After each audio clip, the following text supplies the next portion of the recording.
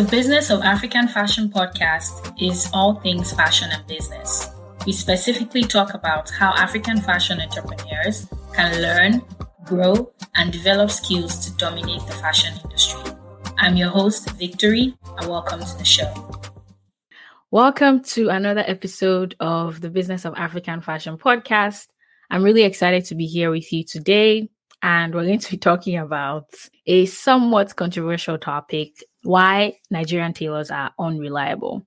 I don't want to speak for the entire continent, but I know that there is an idea, a perception, a belief that Nigerian tailors are unreliable, and sometimes we can be unreliable, right? So I just also want to be clear that I'm not here to bash anyone. I'm not here to point fingers.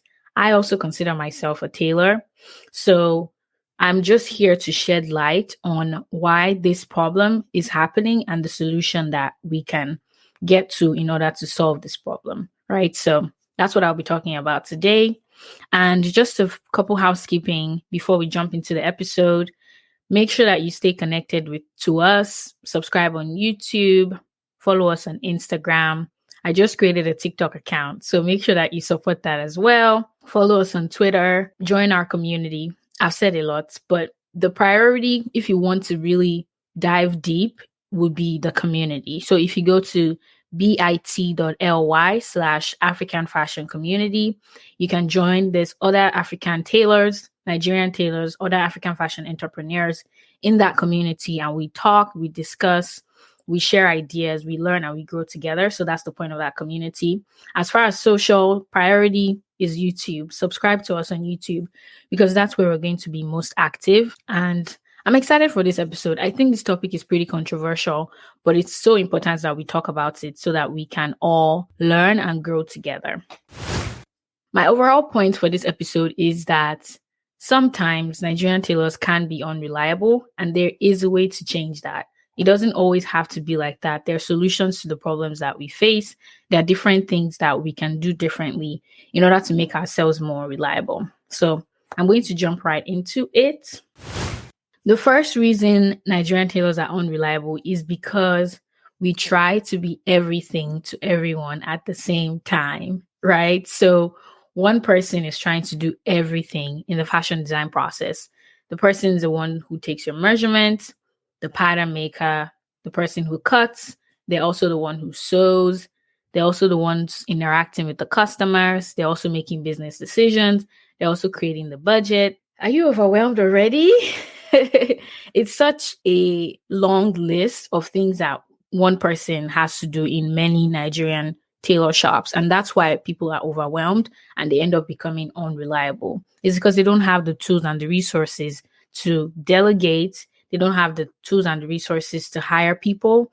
And sometimes they may not even be aware that there's things that can help them make this process easier. So we're going to dive deep into that today. And there's a resource I'm going to share. If you're listening on the podcast, the show notes will have the link. Just click that. You'll be able to easily download this free resource. If you're on YouTube, check the show notes. Not the show notes. If you're on YouTube, description box will have this resource for you. So make sure that you access that as well. And this resource, I'm going to share my screen now so you can see. This resource is about the various roles in the fashion industry, right? And there's a lot of different responsibilities in the fashion industry that many times Nigerian tailors are trying to do everything on this list. There's 3 pages of these roles, and I'm sure there's more roles that are not on here. But even with this list, a lot of people are trying to be every single thing on this list, which honestly is what's causing people to be overwhelmed, and they end up dropping the ball and they end up presenting themselves as unreliable. So the first one is designer, fashion designer. That's the popular one. Everyone and their mom IG bio is like fashion designer. I love to see it. It's just really popular. I think a lot of people think that that's the most important role in the fashion industry. And however you want to argue that point, fashion designer is really, really popular. There's a creative director, which is basically the person that's directing the creative direction of the brand. That's the person that's basically saying, where are we going with creativity as far as this brand? What is our overall vibe? What is our look? What is our style? Right? A lot of the legendary brands, the people who have made it over several generations and several trends and highs and lows in fashion are people who have their style and have crafted their message, and they have an identity to their brand, right? There's also a bespoke tailor, which is what most Nigerian tailors are trained to be. I was an apprentice myself. I do consider myself a tailor, as you can see by this dress that I'm currently working on behind me, right? So there's a bespoke tailor, which is basically the person that's making these custom outfits for you. There's a textile designer, person designing the various patterns on the textile. There's a merchandiser, a stylist, a model. Model is really popular as well, as a quality control inspector.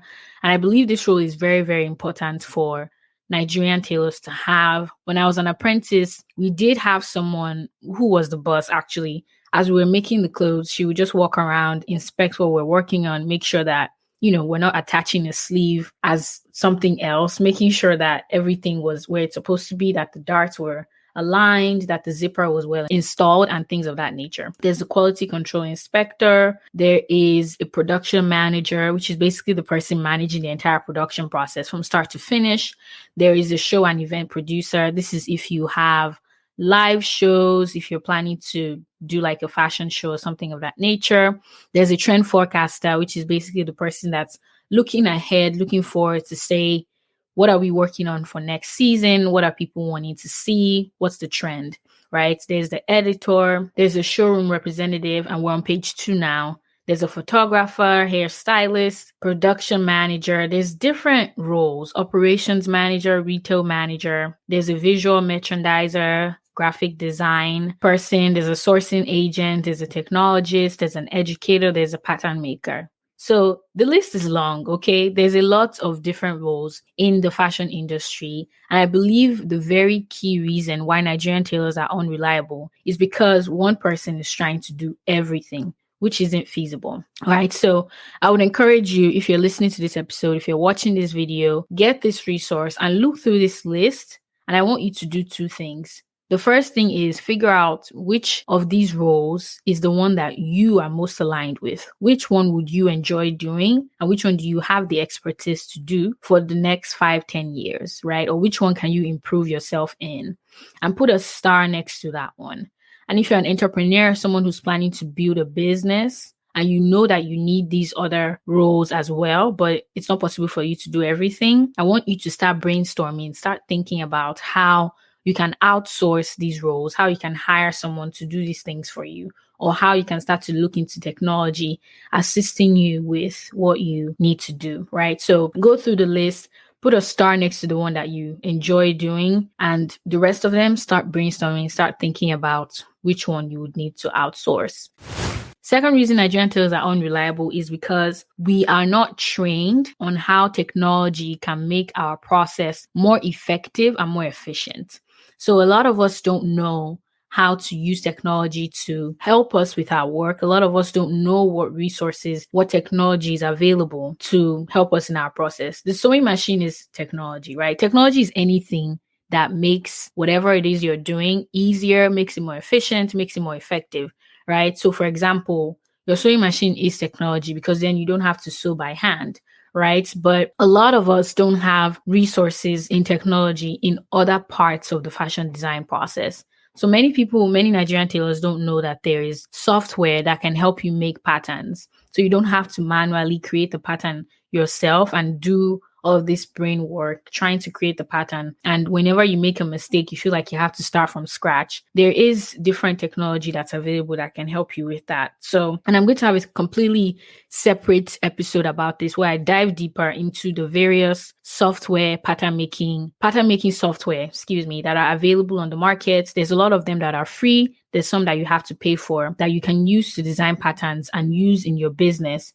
to make your process more effective and more efficient. So make sure you stick around, subscribe to the YouTube channel so that you can be notified about when that episode goes live. And I'm going to really dive deep into the software that's available. So that's the second reason why Nigerian tailors are unreliable, okay? Is because we don't have the knowledge. We're not trained with the resources to know what technology is available for us in order to upgrade our business. So I'll tell you a story. When I was an apprentice in Nigeria for a few months with my boss. She was a tailor. She had a really big tailoring shop where I lived, and she had a lot of apprentices that were learning. I was one of them. And there probably was like maybe 10 of us in that shop. And y'all know how tailor apprentices are and all of the just conversations that happen in the tailor shop. It's always a good time. You learn a lot really, really quickly. So I had a good time there. I learned a lot. I got to see the fashion design process from start to finish. But what I realized about my boss is that whenever a customer would come in to have something made, she would take the measurements for the person. She was the one who had the relationship with the customer. So she was basically client facing, right? She would interact with the customer, take their measurement, and then when the customer leaves, she would call all of us together, and then she would take the fabric, and depending on the style the customer wants, she would create the pattern, right? And she wasn't creating the pattern on like pattern paper or any other kind of paper that you could reuse. She would create the pattern directly on the fabric. And then when she cuts the style, she would basically divide different parts of the dress, for example, to those of us apprentice, and we would use that to learn, and we would put the dress together, and she would inspect as we were making it and all of that. I applaud her for, delegating, right? Knowing that someone can help you in the fashion design process. However, that pattern making process, I believe that can be made more efficient. I believe that can be streamlined in such a way that it doesn't have to take as much brain power and as much time in order to get that created. So there's different software that's available. And I remember when I was in secondary school and we're learning how to sew, we actually used to use brown paper, right? If you ever use brown paper to draft a pattern, please leave a comment. Don't leave me hanging. Let me know that there's someone else that has experienced this. So we would make the pattern on the brown paper, and then we would be able to reuse that pattern, right? And the whole point of this is that we want to make the process so efficient that we don't have to reinvent the wheel every single time. So reinventing the wheel basically means trying to do something in a new way when there's already an established way of doing it that's working. Right. So I'm always here for like innovation and creating something new. However, if there is a tried and true method that works, let's stick to that. Let's not reinvent the wheel. Right. So there are things that are available that we can tap into to make our process more effective and more efficient. I'm going to jump into point number 3 of why Nigerian tailors are unreliable. This third one is, I'll summarize it as saying Nigerian tailors are unreliable because we don't know how to communicate the true status of what we're working on, the true state of our business, the true state of our work, right? We don't know how to say no. We don't know how to tell people, I don't know how to make that style. I'm sorry. We don't know how to tell people, I can't make that deadline. We don't know how to tell people, I don't know how to make that style. It's too complicated, but I can direct you to someone who can make it. And I think that just goes hand in hand with Nigerian culture, is that a lot of times we're taught to be ashamed of what we don't know. When in reality, it's like there's so much you don't know because the world is a huge, vast, complicated place. And there's several fields of information that you may not have access to. So there's nothing to be ashamed about. No single person, no one person knows it all. So it's okay for you to admit, I don't know how to make that style. I'm sorry.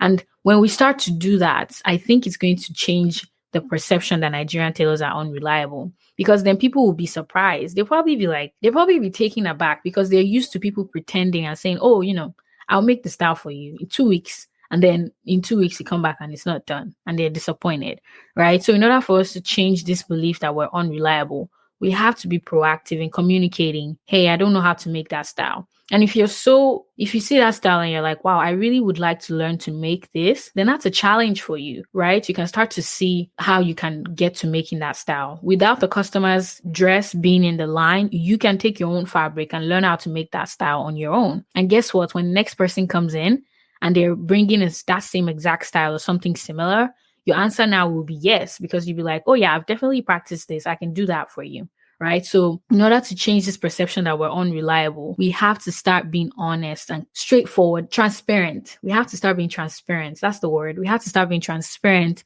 about how things really are. So let people know I can't make that style. Let people know I already have a lot on my plate. Let people know I'm sorry, I can't take your fabric. I already have too many things to sew. And let people know I'm sorry, I can't make that deadline, right? So if somebody is rushing into your shop and they're like, oh my God, I need this dress on Saturday and it's Thursday, and you're like, whoa, it's okay for you to say, I understand that you need this dress and this style is so gorgeous and it will look fabulous on you. However, I'm a capacity. I can't accept anything else. It's okay for you to communicate that to people. And they will learn to respect that. They'll learn to respect that about you, and it will start to set you apart because you can open your mouth and communicate to people, and they will start to trust you too, because they know that when you say yes, it really means yes and your stuff will be done. And when you say no, it really means no and you won't accept anything less. So third reason we're unreliable is because we don't know how to communicate, and how we fix that is that we begin to communicate, right? We begin to tell people, I'm sorry, I don't know how to make that style. We begin to tell people, I'm sorry, I can't make that deadline. We begin to communicate honestly, and we begin to be transparent with people. And I think that's the key here. What will help us change this perception about being unreliable is transparency. So I'm going to say this. This is my tagline. Nigerian tailors are perceived as unreliable. I am on a mission to change that. Okay? I'm on a mission to change that because it's possible for that to change. And the key to that is transparency. Transparency and also improving our skills so that we actually know what we're talking about and we're not just figuring it out with people's clothes, right? And we're not disappointing people and making them feel they're not getting the value that they're paying for, right? So that's how we change this perception that we're unreliable. So in summary, 3 reasons Nigerian tailors are unreliable. First, we try to be everything to everyone. Second, we're not trained to use technology to make our process more effective and efficient. And third, we don't know how to communicate the true status of our work. And the key to making ourselves more reliable is transparency and more training. Being transparent and also knowing your stuff. That's why I said go through the fashion industry roles and put a star next to the one that you're going to focus on. And when you say you're going to focus on that one, start digging deep, learn everything you can about that and become an expert at that. And everything else for your business, plan to outsource that, plan to hire someone to do that, plan to hire technology to do that however you can. And I'm really excited because this idea of Nigerian tailors becoming more reliable, I believe that it will do a lot for our fashion industry, our Nigerian fashion industry, and hopefully trickle over to the African fashion industry. But I'm also curious, if you're from another country that's not Nigeria, but is on the African continent, can you let me know in the comments, maybe tweet using hashtag Business of African Fashion? How are tailors in your country perceived? Is this just a Nigerian problem, or is this pervasive across the entire continent? Let's know, right? The first key to fixing something is to be aware that there's a problem. You can't fix a hole in the wall that you're pretending not to see, right? So we have to be clear, where is the problem and what are we doing to fix it? So please let me know, in your country, are your tailors reliable or are they not reliable, right? So we're not here to shame anyone. We're just bringing things out into the light so that we can work to make ourselves more effective and more efficient. In conclusion, Nigerian tailors, African tailors, I'm one of you. We're in this together. We can learn, we can grow, we can improve ourselves, and we can do better. Absolutely. And if you would love to continue this conversation, if you want to dive deeper, if you want to have access to me to ask questions and also access to other members of this community, feel free to go to bit.ly/African Fashion Community, and you can join our community. There'll be great conversation in there. It is free. So make sure that you join, get plugged in to all the resources. Let's continue this conversation. I would love to hear what your perspective is on this topic. If you agree with me, let me know. If you disagree, let's talk about it, right? We can be respectful with one another, even if we disagree, right? So feel free to jump into the community. Again, it's bit.ly/African Fashion Community. And I would love to see you in there, and let's continue this conversation. I'm sure it will be great. I hope that you've learned something from this episode. I hope that you have, seen something new that you probably didn't know before. And I will see you in the next episode. Hey fam, I hope you have enjoyed the episode so far. Don't forget to leave a review on iTunes or wherever you listen to podcasts. 5-star is my favorite, but whatever you give, I would appreciate that as well. And please share this episode with a friend, and I'll see you on the next one. Bye.